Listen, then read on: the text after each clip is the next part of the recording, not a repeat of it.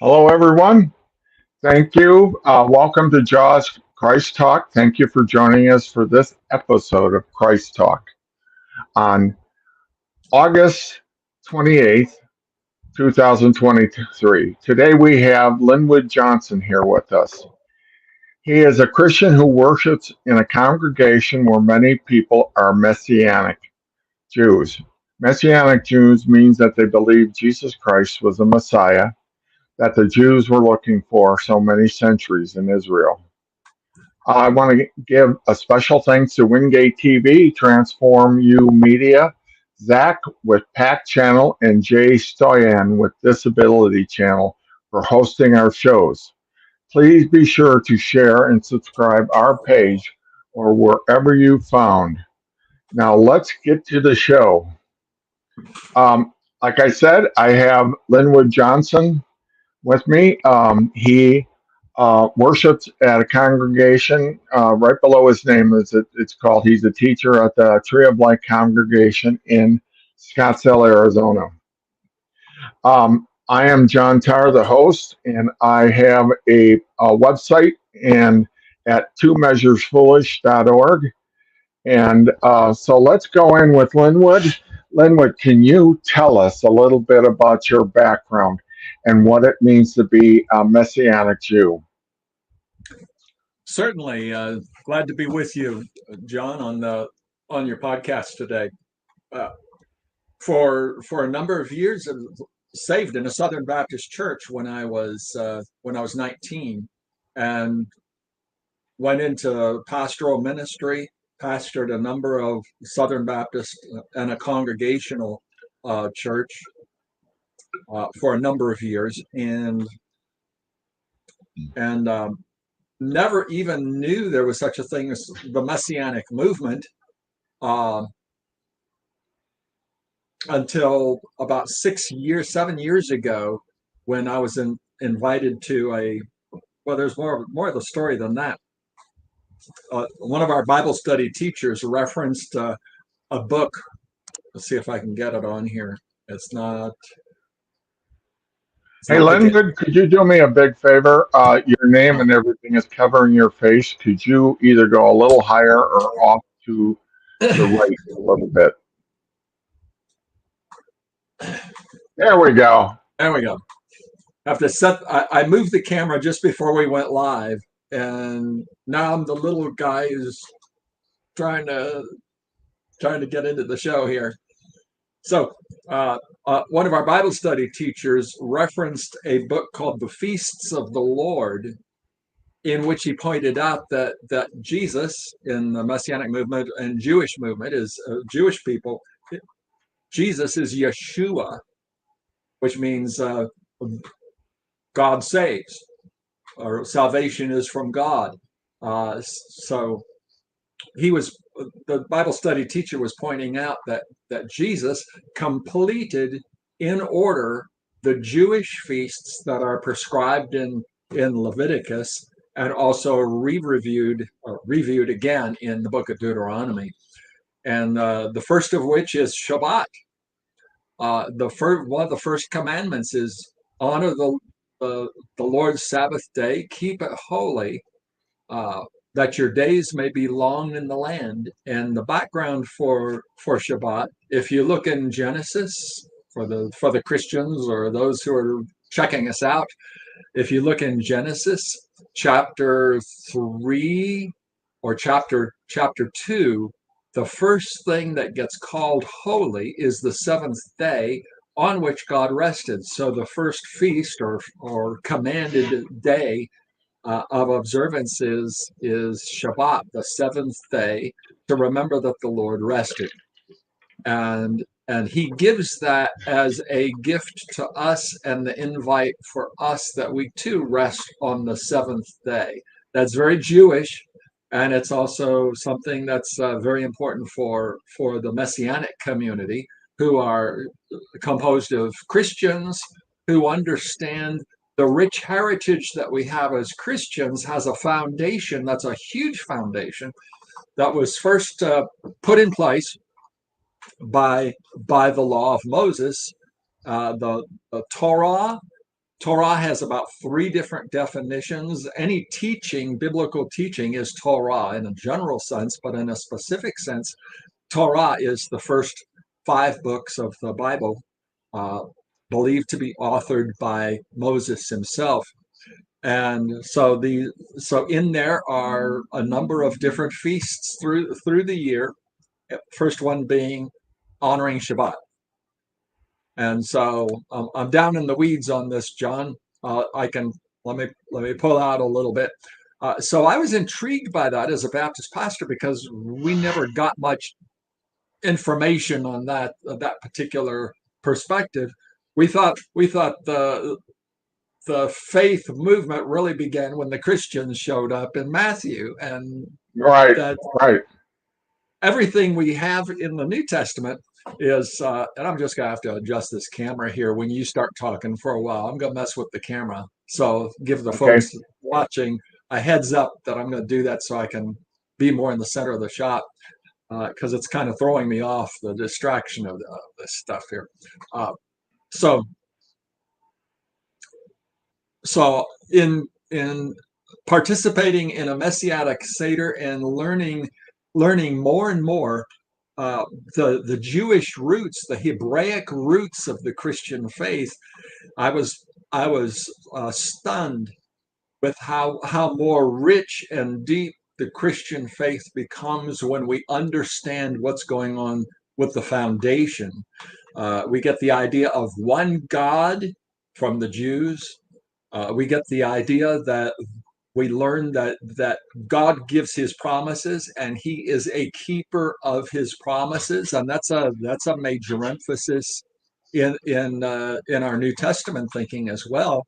But that first began with the Torah and all the experiences that Israel went through. God had many promises, and there are verses in a couple of places in the Old Testament, the Hebrew Bible, where it said, none of God's good promises failed to come true. They all came true just as he said they would.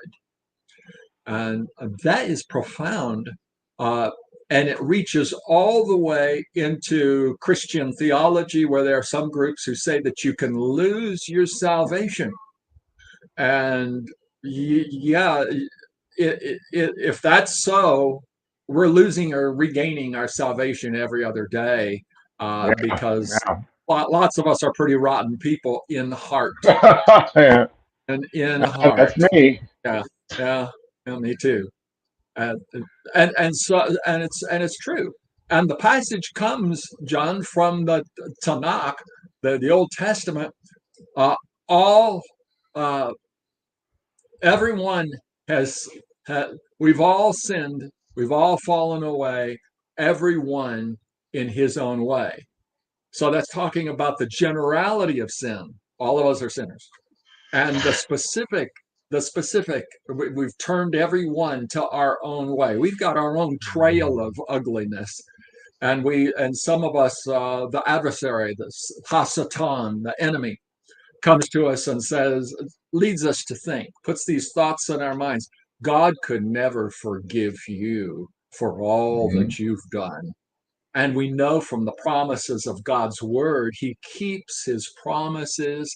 If someone responds to God's approach in love and in humility, and says, Lord, forgive me of my faults, my failures, my sins, make me a new creature in your sight, as your word promises, he's faithful and just to do what he says and to cleanse us from all iniquity. And that's in John's first letter, 1 John chapter 1, verse 9. We call it our spiritual bar of soap.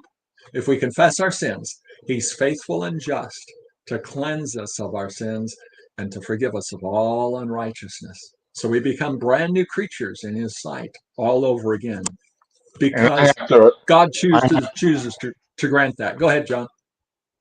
I have to attest to that. I was an atheist until I was 30 years old, and a pretty nasty one at that. And then my world kind of fell apart, and I realized that I needed help in my life. And it was the Christian worldview that I had to come to terms with because all my life as an atheist, I was always thinking there's something wrong with me, and there's also something wrong with the world. We have wars and rumors of wars and everything always going on. And from the very beginning, and I was always thinking, why is mankind like that? And then when I finally became a Christian at the age of 30, I realized it's our sinful nature. And I Yes. realized I had this sinful nature part of me that everybody does. And I just had to come. And then when I became a Christian, I began to look at it from a Christian worldview. And I realized that all human beings have this sin nature. And one of the things that I really had to deal with was a question that said, is this the best possible of all worlds that God could have created, uh, considering free will? And it turns out, I know there's a lot of deadly things that go on this planet, but in reality, this is the best possible of all worlds. So I get that. I get that. And understanding, and especially from you, the Messianic point of view, because after all, Jesus Christ himself was a Jew, and so were the apostles. And Jesus was always talking about different things in the Old Testament.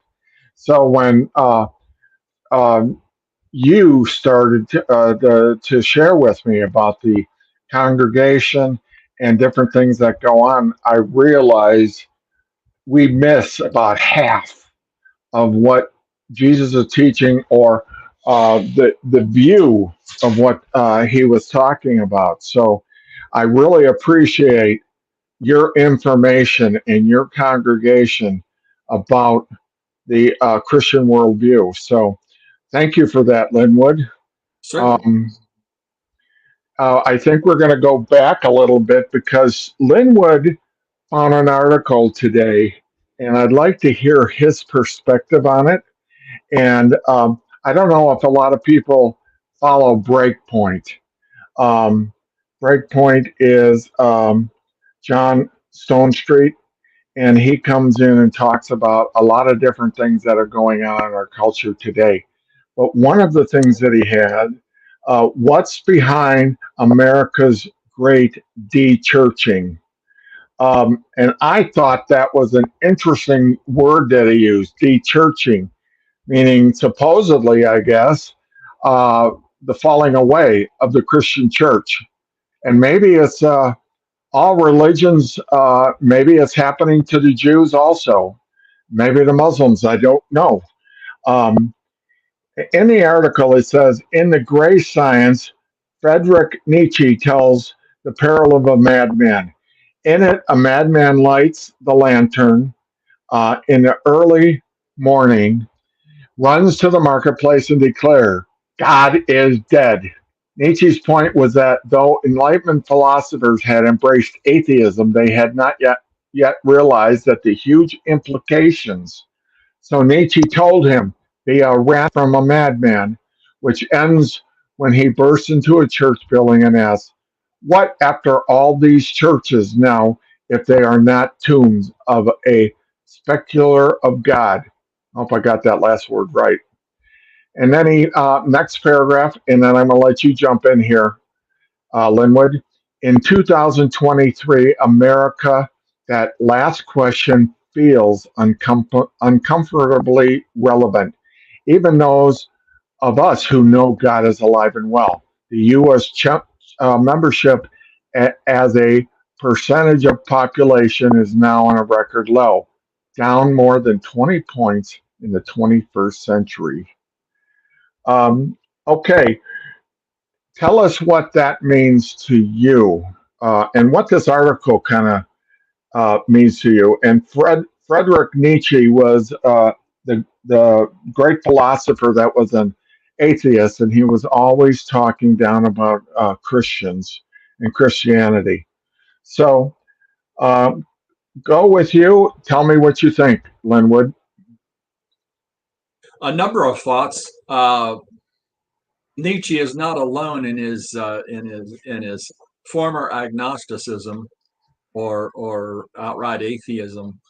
There's a difference between agnostics and atheists. That's a topic for another day. But he's probably well aware right now of how incorrect he was. To the point of how serious this is. If a culture ignores the churches, they don't survive on the endowments of other faithful congregants who have gone on to their heavenly reward for survival. Every church depends on the weekly offerings of the people who are there. If people aren't there, the churches aren't there. If people want to get married, oh well, there's the justice of the peace. Do you know him? Do you have a relationship with the justice or the her justice of the peace? Uh, to bring any consolation and comfort when you're when you're in the hospital and you get a cancer verdict report back from the doctor at stage 4, and well, we can try chemo and we can try radiation and all these sorts of things. Where are you going to go to come for comfort? The hospital chaplain or someone that you know and have a relationship with? That's just scratching the surface of the importance of uh, congregations and churches and synagogues. Just the beginning. Right. Moreover, God designed the churches, the Messianic communities. Israel was commanded to be the moral voice. Of course, they had that calling from God as a peculiar people, God's chosen people. And in Isaiah and Ezekiel and Jeremiah, particularly Isaiah, the challenge for Israel to be a kingdom of priests to the world. What do priests do?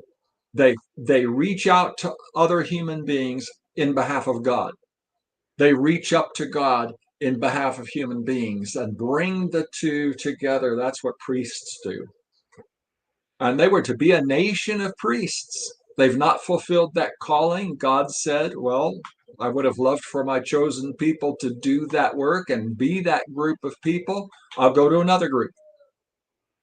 And that would be predominantly the Christians and more the Messianics joining in with them. Very good. Very good. I know, and I'm not, this may sound a little strange. There's a question they've had in the past that why do bad things happen to good people? Yeah. But I can change it and say, why do bad things happen to regular people? And I have thought about this for a long time, and I think bad things happen to human beings because human beings will not reach out to God or to look for God unless they're in the midst of some bad things that are happening. Human beings just think that they can take care of everything, especially regular people that are very rich and can pay for a lot of things. But then they get a disease or something occurs and they don't really reach out to God. That's just how we're made. But God has put inside of us a hole that is constantly looking for relationship with the creator, and not only relationship with the creator but relationship with other human beings. Who could do something like that unless it came from God himself? So he's always reaching to us.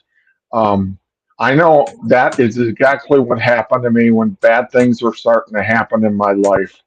I began to say, well, maybe there is a God. Maybe there is somebody out there, an intelligent designer behind the universe. And this is just the beginning of my. That's why I got into science like I am, because I like to look behind the curtain and see how the creation that God has made and how it just blows me away. especially the size of the universe. Who could create such a thing? But there's so many things that are happening on this planet Earth right here. I just like, wow. So every day I'm amazed by God's creation. Um, I look at you, Lynwood, and I go, who could make such a creature? But anyway, um, so what else do you think about this article? I was that was Rabbi Harold Kushner who wrote the book "Why Do Bad Things Happen to Good People?" Something like 30 Oh, was years it? ago. Okay. Yeah, and interesting, a Jewish rabbi. And if one does not challenge the premises uh, that are set up at the beginning, one is along the journey all the way to the speaker or the writer's conclusions. So college students who want to challenge their professors have to start with where the professors start and critique the terms of the deal first. Otherwise, they're carefully taken down a train, a logic train to a conclusion they may never have thought of. Back to Harold Kushner, the rabbi. I would question I would question whether bad things are bad. And I certainly question, and any rabbi worth his credentials should be able to challenge the idea that we're good people. We're not good people. It's out of the Tanakh, the Old Testament scriptures, apart from Torah. The heart of man is desperately wicked. Who can understand it? Yes. That's in the Psalms or Proverbs or something in that territory. But that is closer to what we see in the newspaper every day. I saw today, and just scanning the news before we came on, the guy who was going to burn down a church accidentally sets himself on fire. I saw that. How many times do we hear of mothers killing their babies and then or young children and then killing themselves? That's been in the news lately. And some people would say, well, we just are more of an information age. Everyone's got cameras, and we walk around with our cameras on our hip pocket anytime, and we can shoot video just as well as take pictures. So we can see into more places now than we could before. But it's been happening before. It's happening a whole lot more now. Uh, Yeah. When you consider abortion and killing our innocents yes, like we do, yes. and or not, first not just here. responders or first responders coming to an accident, and the accident is set up and it's an ambush to kill fire people and police officers. When have you heard that before? We saw it in the news a couple months ago. So society is degrading. Anyone who thinks we're basically good people are idiots. No one has to load niceness software on their computer to keep all the niceness out. If we are essentially nice people, why do we need antivirus? Right. Because there are bad people who sleep very well, thank you, who have joined consortiums where they get paid to hack into legitimate websites and steal the goods. And they've got retirement plans, they've got other financial packages beside the uh, compensation that's immediate. So a full array of payments opportunities, reimbursement to the hacker who is successful at producing the results and hacking into good sites. Who would have thunk that 5 years ago? It's there now. Right. Yeah, they're hacking into hospitals, Yep. places that need to function properly to protect people. They're hacking in there. They're hacking With with into with the governments. intent of hurting people. Yeah, Shut off the lights in the operating room during a major surgery. If that problem isn't solved quickly, the patient may die. That's what they want, the patient to die. They don't yeah. even know who they're And, killing.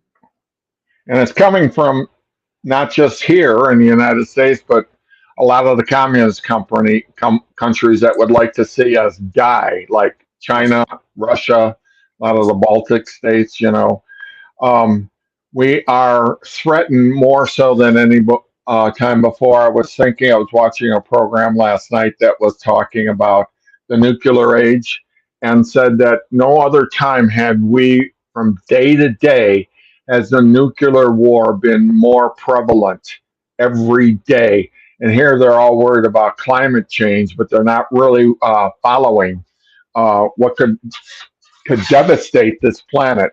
I think God has put his hand on that throughout history, the nuclear exchange that could happen. And because it's just not something he has planned for us. But I think that climate change is the same way. Why would he create us to die in climate change from the planet warming up?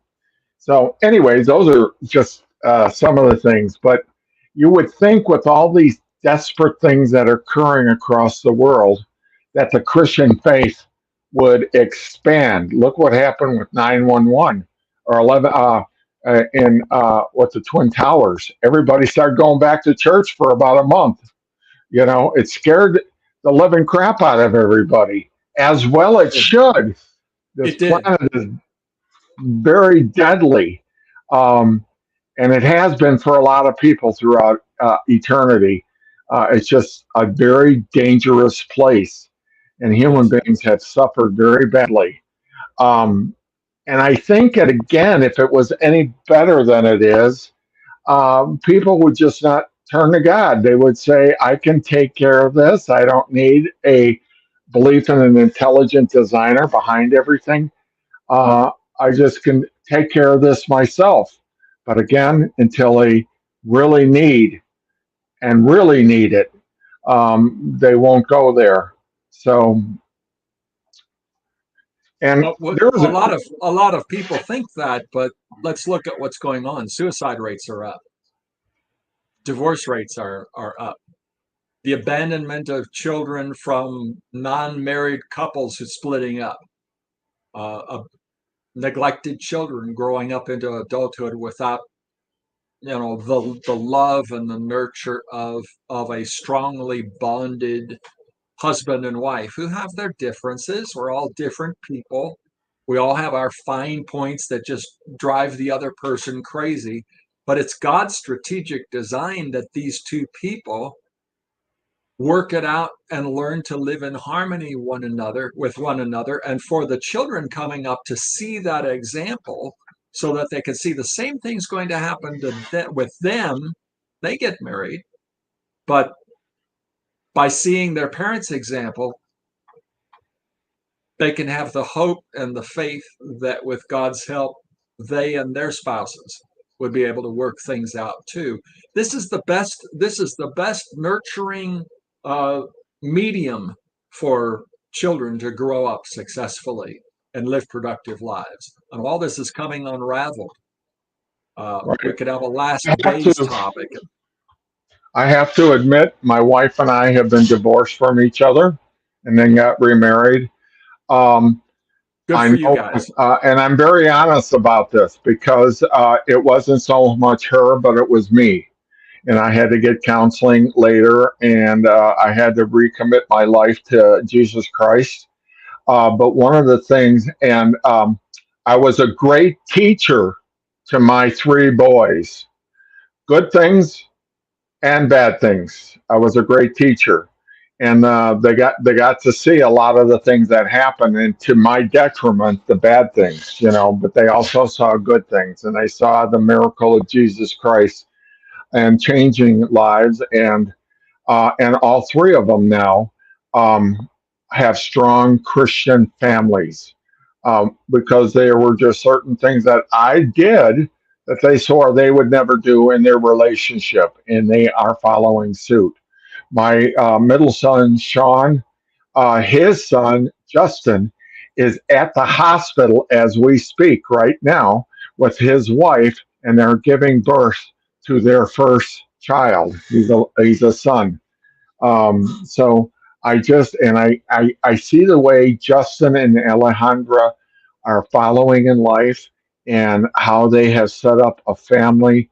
It's very, very different than myself. I picked up so many bad habits and so many things from watching my parents. My parents never came out of that. They fought all the way through their lives until my dad died, and I was just like, but I followed in some of those places.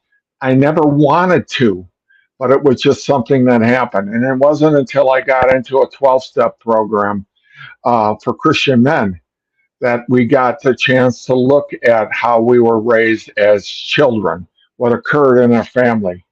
And I was like go between. I picked up some of that, but I picked up when I found Jesus Christ a different way.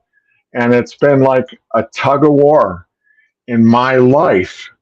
And that's why when I became a Christian and I knew the sinful nature, I was like, oh my gosh, what have I done? Anyways, I can just see how God has changed all of that in our children and our grandchildren, and now with our great grandchildren. So it's very interesting how God functions and how he deals with families. And you're right, Lynwood, it's the family structure that is collapsing. And I look at that every day and I say, oh my gosh, there goes me. But thank God that he has protected me and he has forgiven me and he has given me a different direction to go to, and he has saved my whole family. That's Um, great. That's a great testimony, John. yeah, and Isn't it? I'm very. Go ahead.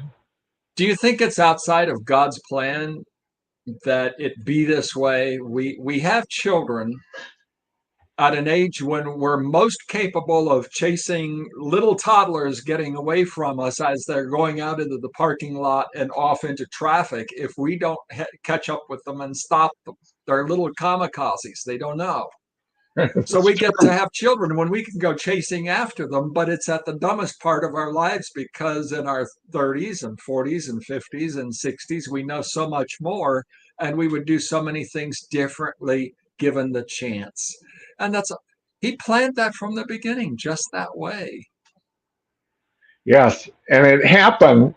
I used to work at Marriott's Great America back in Gurnee, Illinois, and our middle son Sean would always take off running.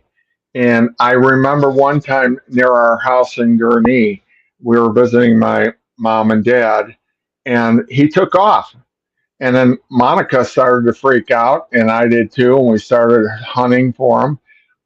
Monica finally found him about a half a mile away in a real big parking lot at a big grocery store. And this lady, and Monica, he was talking to this lady. I think he was about 4, and he was talking to this lady, and Monica come up and she said, "That's my son." And the lady got really ticked off at her and said, "Who are you to let your son get away and go all this distance? You are a bad mother." Oh, got Yeah. knives and And, swords right into her heart. oh, it did, and into my heart too. But Yeah, I just, we had to talk about it, and I said, "You're not a bad mother. This child just takes off at the drop of a hat." yeah. And that's what's happened. If you know anything about swimming pools in Phoenix area, how many children drown that are 2, 3, and 4 years old? They escape out of the house. They go through the dog door or whatever. And if you just turn your head for 5 minutes, this Yes. child is Yeah. getting into so much trouble. And that's what happened. And that's what happens constantly. But that's what happened. Sometimes you just have one child that is very curious about the world. And they want to go see what's going on and experiment on what's going on. My son, Sean, should have probably died about 4 or 5 times. And if it wasn't for my mom praying for our family, because I wasn't a Christian, and really Monica wasn't either, or my sister Judy, who was a Christian, praying for our family all the time. They may have, he may have died. You know, Yes. it just Yeah. so. I have to thank both of them. My mother was a Catholic, but my sister was a born again Christian. She's the one that actually prayed me to find the Lord. But I just know that certain prayers from certain people, um, it's amazing. One of these days, we'll find out what prayers were most instrumental of protecting us and our families and things like that. So, um, when you brought that up, I was like, "Oh my goodness!" and it's like that throughout time. How many children have perished because no one was praying for them? No one was there interceding for them, and we need that. This wraps back to our initial conversation, the importance of congregations, churches, synagogues in people's lives, a framework that teaches morality and how to live, how to interact with others successfully, how to be purposeful and intentional, uh, and in this culture, how your truth and my truth is a bunch of baloney at heart, and there is God who is the author of truth in a number of places in throughout the Bible. Uh, God can be identified as truth. God can be identified as love. Jesus said, "I am the way, the truth, and the life. No Yep, one yep. comes to the Father except through me." That's a very problematic passage for a Think lot of about that. people. The Think about what you theological just. term for it is the scandal of particularity. Who are you to tell us that your way is the only one? I'm sorry, it's not my way. It's God's way. And billions of people have trusted God's way. So, yes, I'm part of the millions and billions. So, in that sense, it is my faith, and I'm not pushing it down your throat. The adversary puts that in our minds. It's jamming it down. Where did that idea come from? We're just having a conversation here. If you want to buy in, you can. If you don't want to buy in, that's all right. It's going to be a dark day for you when you breathe your last, when you have your Let's at least have last the heartbeat. let's at least have the conversation. There are so many Yes, people that have so many questions, and it's yes, okay to talk about everything under the sun, but except for God. Why is that? Who made up yeah, that rule? yeah, If you don't believe in intelligent designer, or in our case, Christianity, uh, and Jews, where do you get your morals? Where do they come from? Are they just yes, a yeah, construct of your own mind? So, in that case, everybody has a different construct. Why can't we talk about that? Why can't we come from a place of saying, yeah, let's agree to disagree, but let's have a debate. Let's talk about these things. I'm a part of the debate circle, and I listen to a lot of different people. And if you have a problem and that you don't want to agree with, but what are the points that you don't agree with, and why did you come to that conclusion? I'm very nosy that way, and I want to find out how did you come to that conclusion. So let's be open about that and talk about that in a respectful manner. Let's do yes, that. Let's not call each yes, other names and all of that. Just like what we're doing right here. Even though you and I really agree on a lot of stuff, I don't have a problem with bringing in a non-believer and saying, how did you come to that conclusion? And then hear them out without interrupting them and just saying, well, this is kind of where I came from. And me being an atheist till I was 30 years old, I know that side of the argument backwards and forwards. I understand. And I wrote an article. If you go to Two Measures Foolish, I wrote an article that was called What Makes an Atheist? I came from my background and I began to realize that was my background was very similar to a lot of people. I was abused in a Catholic school, and I turned my back on God and anything that even had anything to do with the name Jesus Christ. I used it as a cuss word, and I felt very like it was true. But I found out that a lot of atheists have come from a Christian or a Jewish background and were abused at some point. So they turned their back on that. It happened to me. But God used those very things that I got beat up on to come back to me that brought me back to Jesus Christ. And it's very funny how God works. He will do anything to reach out to us. Now, there was a question. It says, everything else in our society directs our gaze inward to ourselves, our feelings, our priorities, and our problems, as if every individual is the center of his or her own universe. Yeah, boy. Churches that accept doesn't that read like today?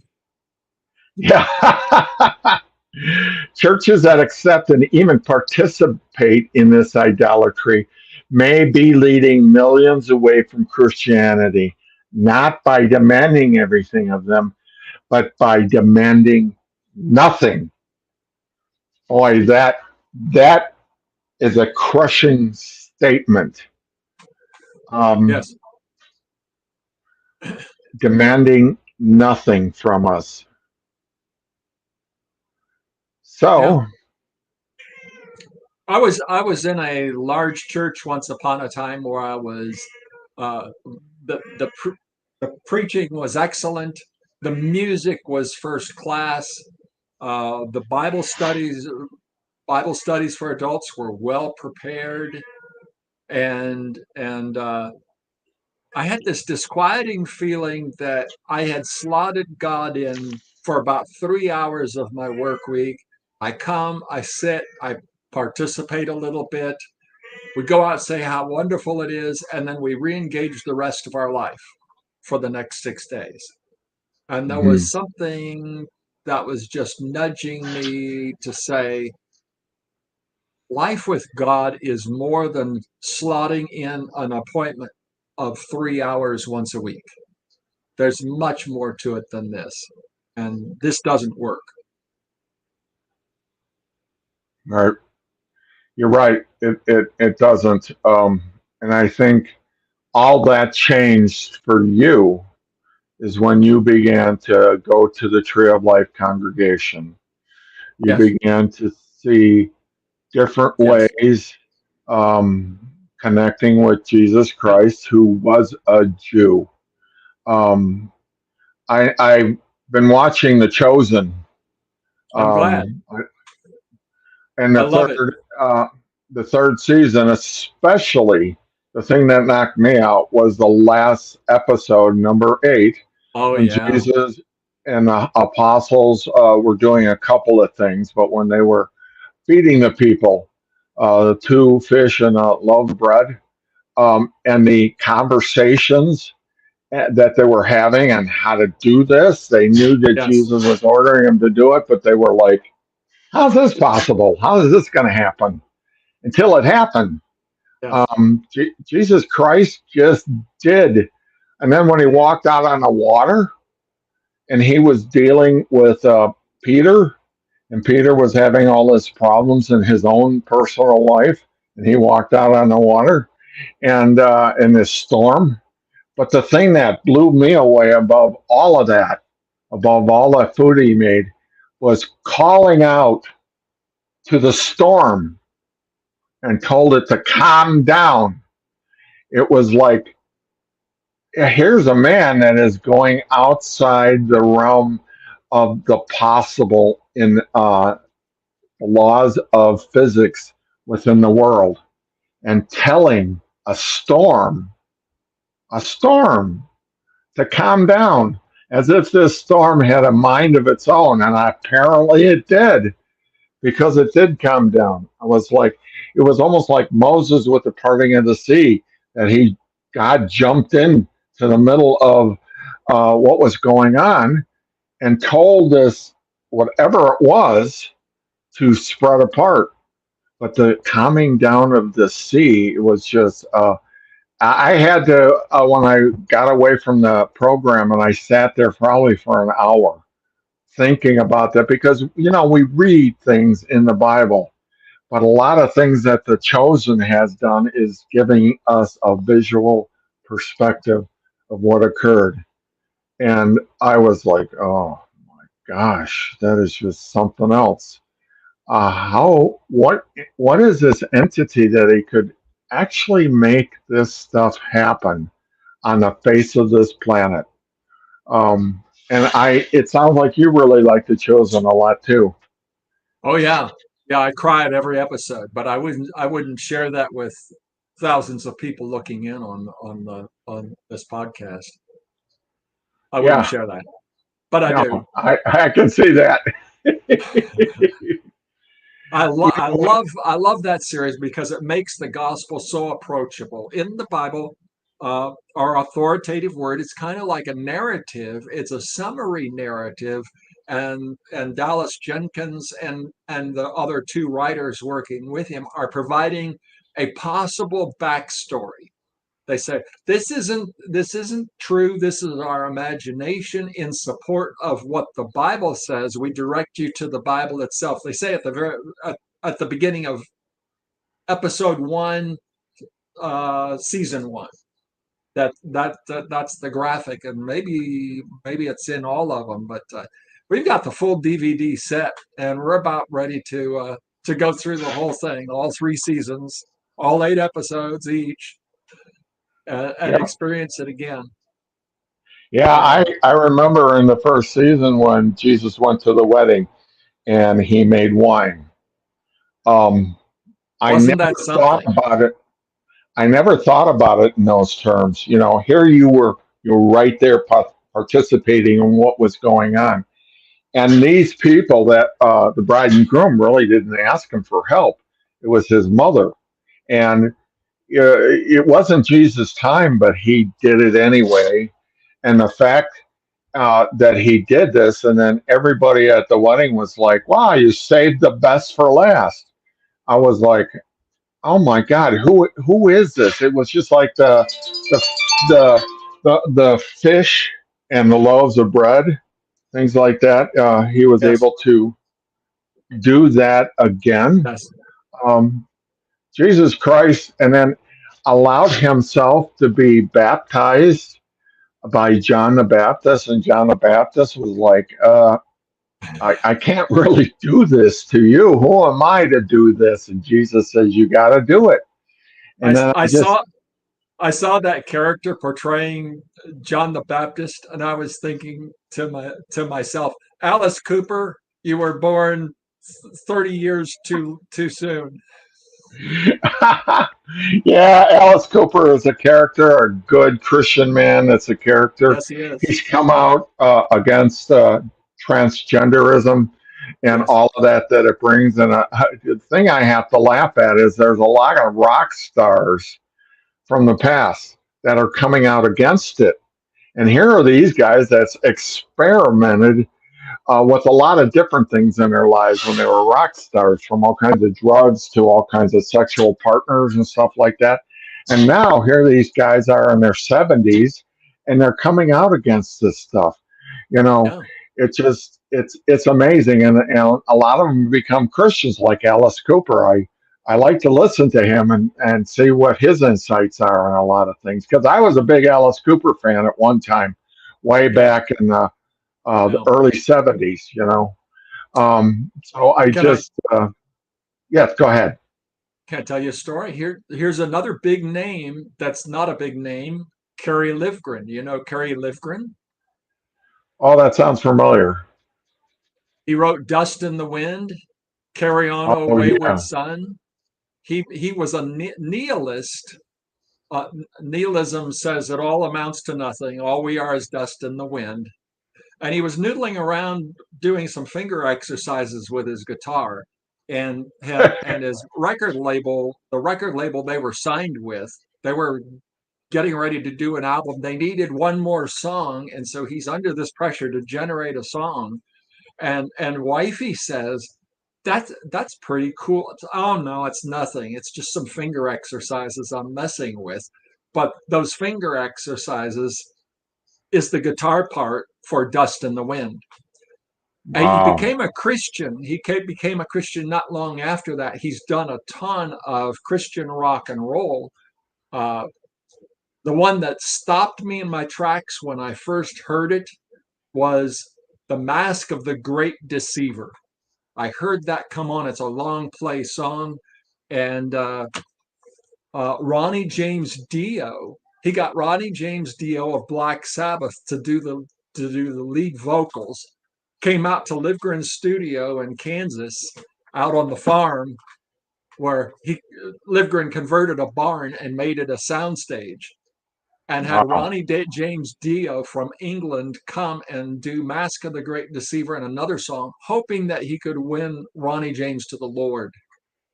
Uh, in that, so there's a whole story there. Speaking of rock and roll names, John, I'm drawing a blank. Who was the group that did the song "Jesus is Just All Right with Me"? That That's was if you, Doobie Brothers. yeah. If you really follow that song, it's an amazing song. You know. Yeah, I wonder how they're doing about that now. Yeah. Toby Mac picked up some of the snippets of that song and has done another song with it. Hmm. It's amazing. It's like Ecclesiastes. Ecclesiastes is a book of the Old Testament that, if you start to read it, it blows you away that there's not a whole lot of hope in life, that life is just a bad thing all the way around. And until he goes on and starts talking about the hope, and then we find that in Jesus Christ. But Ecclesiastes is a painful book, especially if you're not a Christian and you're following along. That's where that song from the Birds came from. That was called "Turn, Turn, Turn." It came out of there is a day for everything, and that's where the That was written Birds. by a Jewish guy. Yeah, it That was written by who's a guy from Minnesota. Um, um, he's a folk singer. Bob Dylan. Yep, that's who originally Bob wrote it. Dylan wrote "Turn, Turn, Turn," and the Birds covered it. Yes. And it Yeah. became a very, very big popular song, but I don't think, and I didn't get it because I was a big Bird fan. At the time, I didn't really get it. I didn't really know that's where that song came from Uh-huh. until later. And I was going through the book of Ecclesiastes, and we studied that book in a Bible study, and we brought that up. And we played the song, and I was, oh my God, here God was already speaking to me as an atheist, a rock and roll teenager. And here's a rock and roll group that was actually uh, covered this song, like you said, Bob Dylan. So where was Bob Dylan's head at? He had to have been into the book of Ecclesiastes to find this in the first place, you know? And he was a Yeah. Jew, and he Correct. still is a Jew, you So know? far as I know, yeah. But that was Yeah. there's so much good stuff in Ecclesiastes. Right before there's a time appointed for everything, a time to give birth, a time to give birth. When you get down to the hospital, Grandpa. Yeah, I can't get down there because of my disability, but Uh, we don't have a car. Only my wife could drive in our car. It's so low to the ground, I actually can't get into it. But we're being kept aware of what's going on, and yeah. my wife will probably go down there and do some video and photographs. But he is finding Ecclesiastes. There's a time to be born, Yeah. and I can't wait to see how good of a dad he will be. And I know for a fact that will be very different than me. And I have talked to him, and I've talked to my children. I have had to go back and apologize for the way I treated their mother and how I just got away from the path with God. And I said, don't do this. Please don't do this in your life. It will save so much pain and sorrow in your life. but they did not have the background having to live with a mother and father like I did, like so many other people in this life. I can just see a lot of children that lost their father and a mother raised these children. You know, um, the boys were thrown to the wind and they found gangs to belong to. How many, especially boys, but the girls too, that have found a gang to become their family and then at some point in time walked away from that and then found Jesus Christ in the process. There's and but there what happens, and it happened to me too, that a lot of this stuff that was bad that really came to knock you down will resurface itself somewhere along the way in your Christian walk, and you'll have to go back and repent all over again and ask for forgiveness because you know how it talks about the dog returning to a vomit? Yeah. Boy, that was me, and I'm not alone. A lot of people have returned to the vomit of their past life, and it just drives you up a wall, drives you crazy, and go. I sometimes it gets so bad you just say, I want to get out of this place. This planet is very painful, and why do I go back to this? I know it's not going to be of any help, and it's not going to be a good thing, but I do it anyway and then I just get the crap beat all out of me all over again, and I hurt a lot of people in my life. So, anything? A quick thought about this article here? What's behind America's great dechurching? Um, Sure. uh, Can help. Can help. Go ahead. okay, go ahead and talk, and I'm going to answer my phone. My son's calling, and I bet the baby's been born. But go ahead. Okay. All right. So Hello. one of the things I wanted I'm in to the middle of a share with podcast. you, and What certainly with news do your you have? audience, while the host takes a call from his brand new grandbaby's father, uh, Okay, so the baby's not born yet. Brian Okay, thank Smith. you. I'll call you back later. Brian Smith has done a wonderful work, he and his wife Wendy, in developing Hope Church. Hope Church is on the campus of ASU, Arizona State University, and they now have a movement. They call it the Hope Movement versus Hope Church, where they're reaching college kids dramatically, and it has grown into a movement that has spread from ASU to University of Arizona to Grand Canyon University to University of Nevada at Las Vegas and other campuses. It's just spreading like wildfire. And Brian Smith has written a book, "Winning the Battle to Belong," and his his his thesis is that young people at college, when they're first setting foot on campus, they're looking for a group to connect with. They're looking for that family to interact with and to grow with and to share with them when they've got their other family back home. And so the battle to belong is the universal crisis for connection. And Okay. that speaks not just to college kids, but also to the very issue that we're having with churches. Uh, we have the Okay. opportunity to go ahead. Go ahead. I'm not Lynn, the host. You are. we got 1 minute left. That was my Yeah. son calling. The baby hasn't been born, but is very close. I had a laugh that we're going here. Maybe we could talk about that book on the next one, next month. Do you want to do that? Let's talk We about what could. that book's all about. Okay, so I'm going to go here. Thank you, everyone who is here with us. Our next episode of Jaws Christ Talk will be aired at the end of September with Lynwood, and he'll be back with us. Be sure to subscribe to our channel or page where you'll find us and check out our website to find more about this and other shows. So I want to thank everybody. And see you next month, Lynwood. Yes, sir. Bye now.